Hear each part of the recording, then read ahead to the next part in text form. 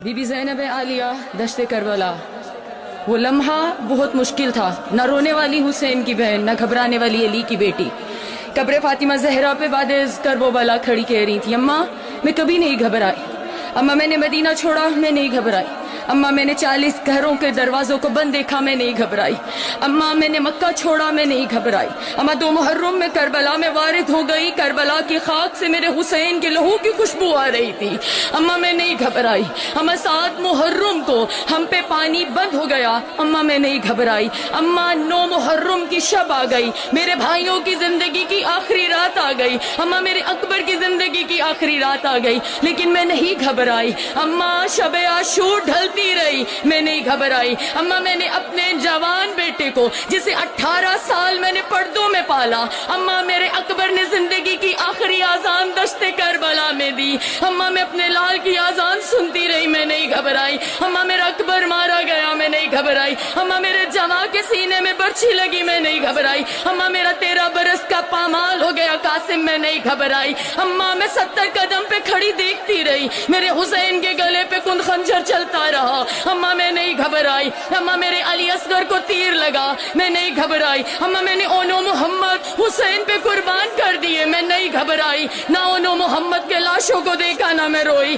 اماں لیکن میری زندگی میں ایک لمحہ ایسا آیا جب زینب لرز گئی، جب زینب کے سر سے آسماں ہٹ گیا، جب زینب کے پاؤں سے زمین ہٹ گئی، اماں میں روئی بھی میں گھبرائی بھی، ہزادہ رو قبر زہرا لرز گئی، شہزادی زہرا بنت محمد کی آواز آئی، میری ام المصائب بیٹی، نہ آپ حسین کے لاشے پہ گھبرائی، نہ حسین کا لاشا دیکھ کے روئی، نہ اکبر کے سینے میں برچھی دیکھ کے روئی، نہ علی اصغر کو دیکھ کے روئی، نہ اونو محمد کو بھیج کے روئی، نہ عباس کو جاتا ہوا دیکھ کے روئی، نہ عباس کے ٹکڑوں کو دیکھ کے روئی، نہ عباس کے بازو کو قلم ہوتا ہوا دیکھ کے روئی، نہ بازار شام میں نہ روئی، نہ دربار شام میں روئی، تو زینب روئی تو روئی کہاں؟ میری شہزادی نے جو ماتم کرنے آئے عزادارو، میری شہزادی نے جواب دیا، اماں شام غریبہ تھی، اماں میرے بھائی مارے گئے، اماں میرے جوان مارے گئے، نہ میں روئی نہ میں گھبرائی، اماں لیکن دشت کربلا شام غریبہ جب میرے بھائیوں کے قاتلوں نے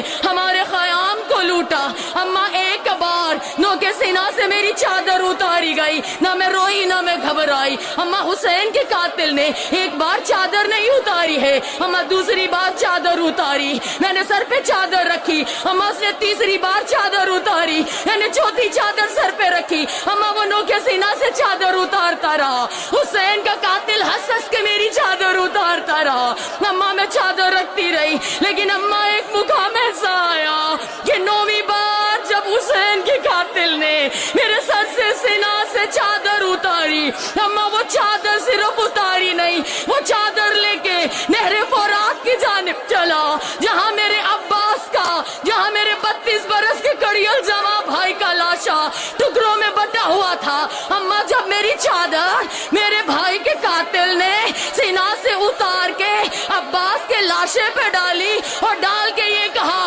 اٹھ دیکھ عباس